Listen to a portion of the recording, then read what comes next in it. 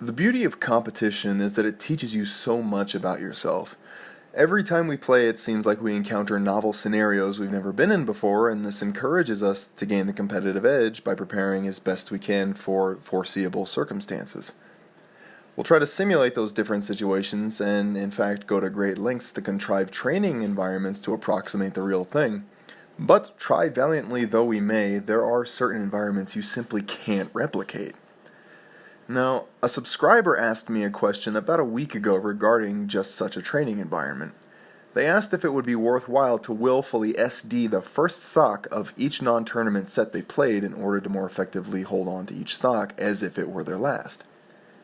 My short answer was no. The long answer was the following.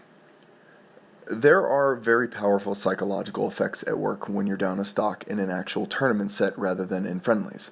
How important you perceive a stock to be is directly proportional to how much is at stake, and if you simulate a one-stock experience in a low-stakes setting, I don't think that would translate into a high-stakes setting like tournament.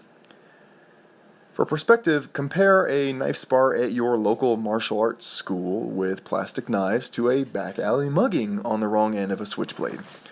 No matter how cautious you try to be against a plastic knife in a training context, or how hard you try to psych yourself into believing your life is in danger, you will never ever be quite as cautious as when your life actually is in danger. Your sympathetic nervous system is pretty difficult to fool, and your sympathetic nervous system is a significant variable in questions of mentality, such as how willing you are to make blunders as a result of how much latitude you have to make blunders. I think this is abundantly obvious if you look at the decision any one player makes with two stocks at 0% Game 1 versus last stock, last hit, Game 10 of Grand Finals. In general, I think things that directly concern emotions and mentality can only be trained in the environment in which those emotions and mentalities naturally and organically occur.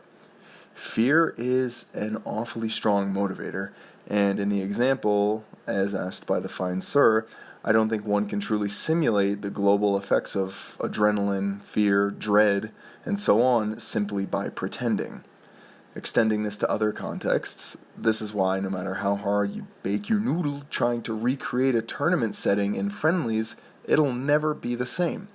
You'll hear people say, "Oh, I don't sandbag in friendlies," and true though that may be, they will never play a friendly like they would a tournament set. No one would.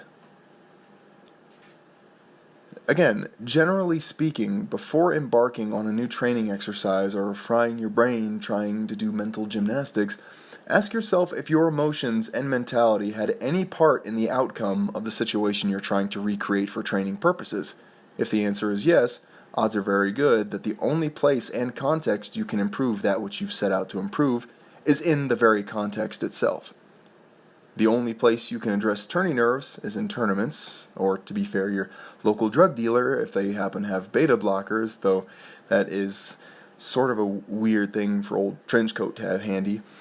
And the only place you can address poor stock management is in the place you feel you most poorly manage stocks, presumably tournament.